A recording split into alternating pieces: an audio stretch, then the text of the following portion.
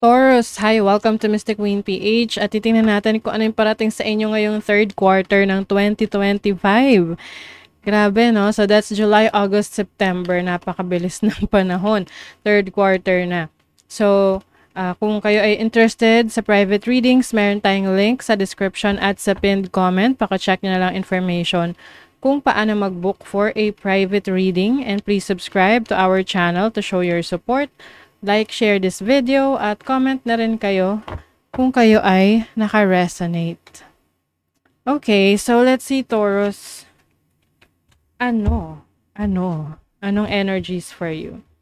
Third quarter ng 2025. What's the energy for Taurus? You have Tree of Life. Ay, ang ganda. This is about growth, no? Pag-unlad. So, this is also about self-correction.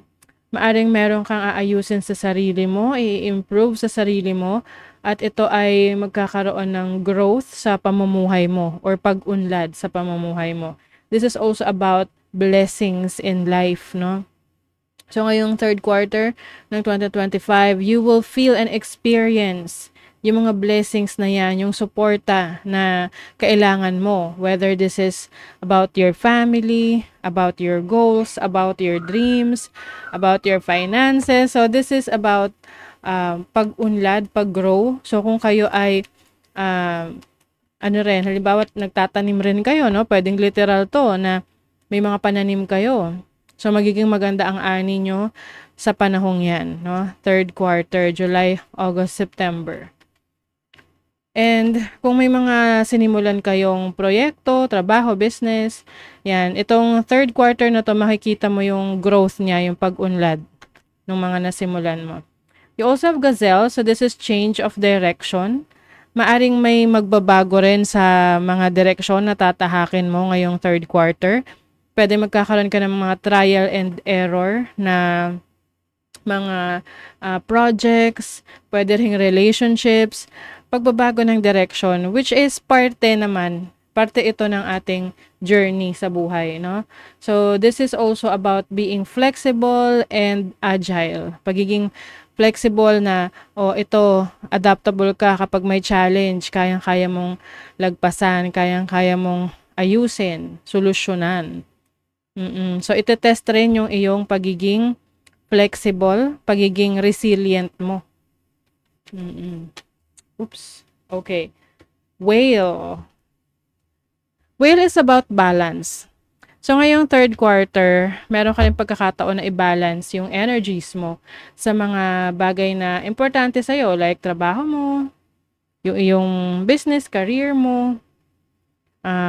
Maaring you will have this, harmony within yourself na kaya mong, yung mga bagay na kaya mong pagsabay-sabayin, maasikaso mo talaga. Kung ano lang yung kaya mo, syempre. Oo. And this is also about communication. So, maaring merong importanteng communication for you ngayong third quarter. Pwedeng communication ito sa trabaho, sa business, or yan yung field of work mo. Nasa communication, you are using your voice, your skills, yung communication skills mo. Let's see, ano pa. For Taurus. And also, pagiging totoo rin sa sarili ninyo, no? This is being authentic, authenticity. So, maaring magiging totoo ka na sa sarili mo na talaga yung gusto mo. Hindi ka na magpapanggap na ito yung gusto mo, pero ginagawa mo lang pala yun dahil gusto yun ng ibang tao para sa'yo. So, you will pursue what you are resonating with, kung saan ka talaga mas aligned.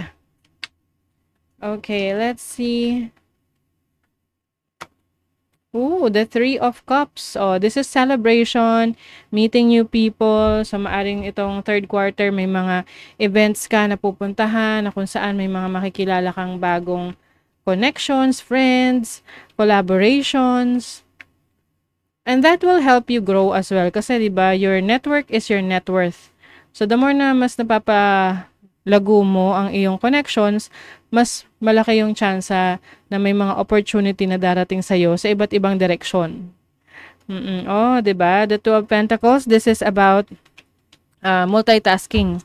So, magiging very busy ang third quarter para sa inyo. Hindi kayo mawawala ng projects or mga ganap sa buhay.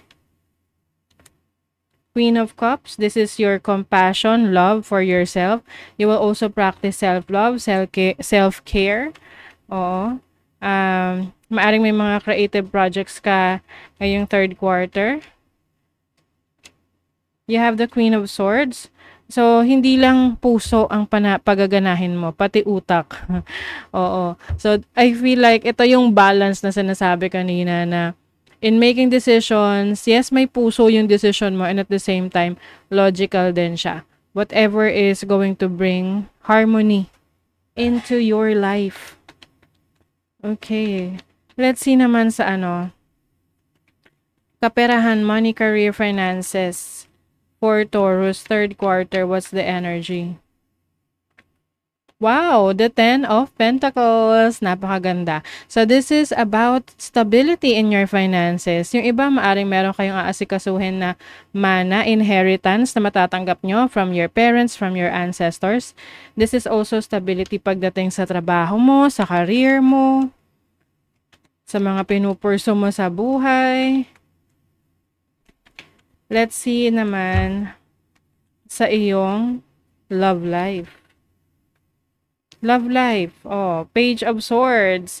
You will meet someone na magiging very interested talaga sa'yo. Like, tatanungin ka palagi.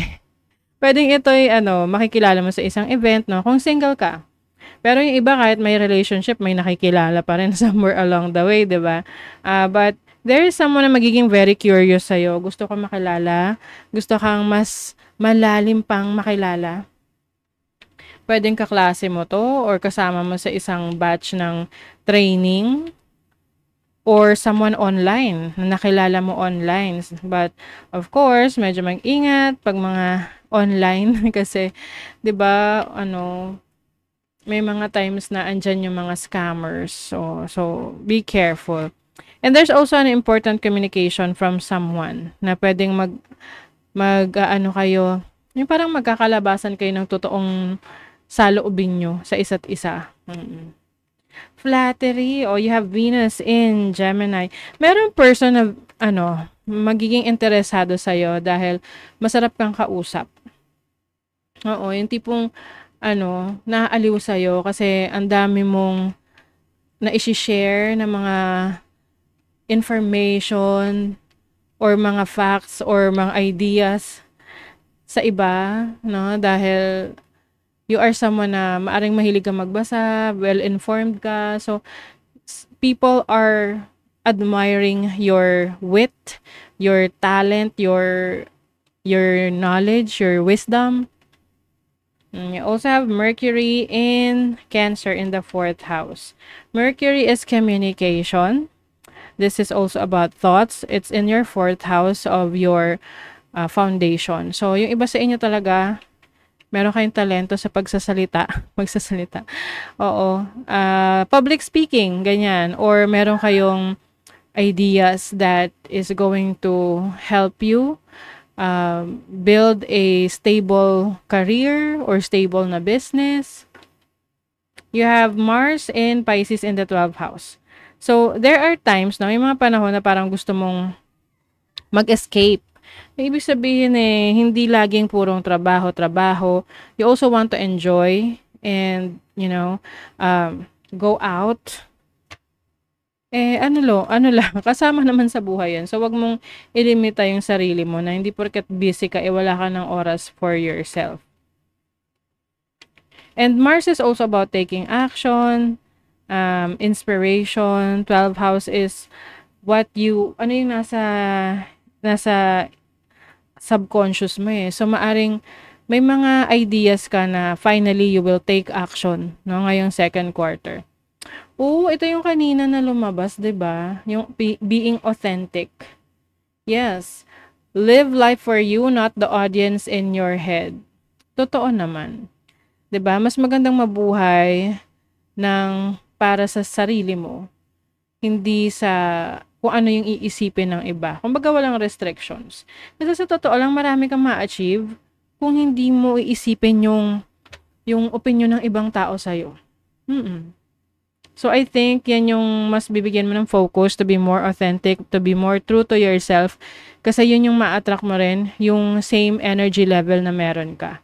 Okay? So, that is your reading, Taurus. Thank you so much. See you again.